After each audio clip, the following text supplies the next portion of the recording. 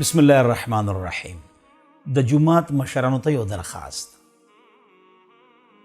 ګوره زموږ جماعتونو کې ډېر زیات شور کیږي او د شور وجه ماته معلومه ده. هغه دی چې زموږ دا مشران یا کمیټې والا یا چا چې جماعت وقف کړي یا خدمتګار د جماعت یا مالدار دی یو غلطی کوي. څه غلطی کوي؟ یو وی دنیاوی اعلان، یو وی دینی اعلان. چې کوم دینی اعلانونه دي که نه، جنازه مونځ مخکې کول، وروسته کول، څونه هغه جومات سره او مدرسې سره تعلق ساتي، هغه به ټول امامان کوي. امام صاحب هغه له فل اختیار ورکړي، دا اعلان ستا په ذمه دی، دا د هغه ډیوټي ده. نیم شور ختم شو او دې سره خلک پریشانه کیږي نه. چې دنیاوي مسله وي، جرګه وي، روغه وي، څه مسله وي یا سیاسي مسله وي، بس موږ په جومات کې هغه مشر به ودرېږي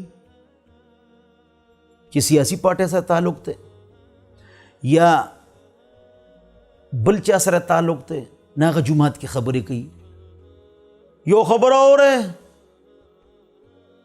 دا خلق مانزل راغله، ستا خبرو نه راغله، مهرباني وکړه هیڅ اعلان مه کوه. چوک کې ووایه چې حجرې ته راشه او فلانې خبرې به کوو، نو ګوره چې تاله څونه کسان راځي. نو که ته مضبوط او صحیح مشر او صحیح کس یې، تا به چوک کې خلکو ته ویلي که نه، دکانونو کې بهی راشه بیا حجرې ته، ګوره چې څونه کسان دي. خلک مانزل راغلي دي، اوس څوک پکې څه خبرې کوي، څوک پکې څه اعلان کوي، څوک څه کوي. کستا قوت او طاقت وي حجرې ته راشه، یو خبره ده زما، وګوره چې تاله څونه کسان بیا راځي. دیني اعلانونه ټول ملا ته حواله کړې. دا جومات یو فلسفه او لاجک درته ښیم. جوماتونو کې جنګونه وي، دا مشران هلکان ډېر پوهېږي، دا کمعقل نه دي چې دلته اوس خپلې چڼې خرڅوي یا سیاست کوي یا خپل ځان اوچتوي یا مشري غواړي. مشر هغه دی که نه چې هغه چوک کې وي، به حجرې ته به راشه، زما تاسو سره کار دی. نو چې خلک وله ورشي نو دا مشر دی. او د دین څه خبرې دي، دین له خلک راغونډ دي، مانځه راغلي دي، څه ذهنونه یې هغه پاک صافي د سیاست نه، څه ذهنونه یې هغه نیوټلي، څه مختلف قسم خلک یي. بس دته غټه د 3 صفو مجمع ملو شي، بس وی ګوره یو خبره کومه. نو خدای ته وګوره، دا جومات د دین دپاره خاص کې اعلان به صرف عالم کوي. د جومات ټوله فلسفه او امن دی کې راغی. دویمه خبره دا چې ما مشران نوٹ کړي دي، هلکه قبلې ته مخکې خپل تلاوت یا ذکر هغه کوه. نو قبلې ته به 3 کسانو پکې شاته مخ کړي، یو سره خبرې کوي، بل سره خبرې کوي، جمګټه به لګولي. دریم مصیبت دا پکې بند کې، دا لایټ مړ کې، کله نه دا پمپ روان دی، نو چغې څه لوې؟ د بانک نه مخکې راځئ، د جومات خدمت کوئ نه. چې کله بانک وویلی شي او د مونځ نه پسه پورې 10 منټه څوک په جومات کې چل هم نه کوي، خبرې هم نه کوي، امن به راشي. پمپ روان دی نو ورشه بند دی که، بجلی مړه کې نو ورشه بند ده که، بجلی مړه که، پمپ بند که، پوړ راواله، صف راواله، مسله را دننه که، خپله کوه که نه. دا پوړ راواله، دا مسله راواله، دا پمپ بند کې، دا بتی مړه کې. استغفر الله. جومات کې امن پیدا کې، جومات کې فساد مه کوئ، جومات کې جګړې مه کوئ، جومات کې دنیاوي خبرې مه کوئ، جومات کې خپل ځان مو اوچتوئ. دا خلک مانځله راغلي دي، نو 3 صفه چې تاسو ووینئ نه ضرور پکې تاسو خبرې کوئ. نو تاسو وایي زه مشر شمه او خلک مې وپېژني او خلک مې عزت وکړي، ټول خلک تاسو پسې خبرې کوي، تاسو مشرانو پسې.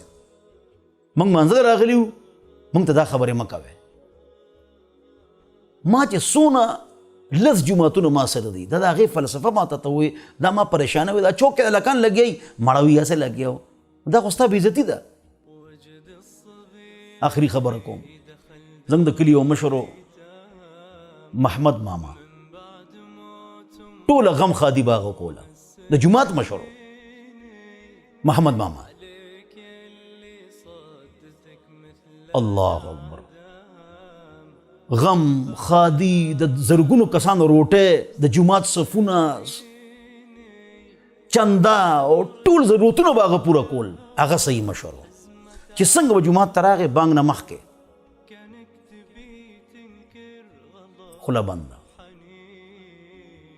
د مانځه نه پس خوله بنده، مشرو هر څه باغه کول. چا ورته محمد ماما دا خبره ده چپ شه بار به خبرې کوو. سبحان الله، دونه اوچته مشري هغه کړې وه خو چته هغه جومات کې شور خبره اسم نو کړی. نو زما محترمو ستاسو عزت په دې کې دی خاموش، ډونټ سپیک سایلنٹ. ستاسو به ټول قدر کوي. دنیایي مسله اجرې ته کې، دیني لارونه مولا ته کې، جومات کې خبرې ختمې کې. دې سره زموږ پښتنو جوماتونه د امن ځای دی.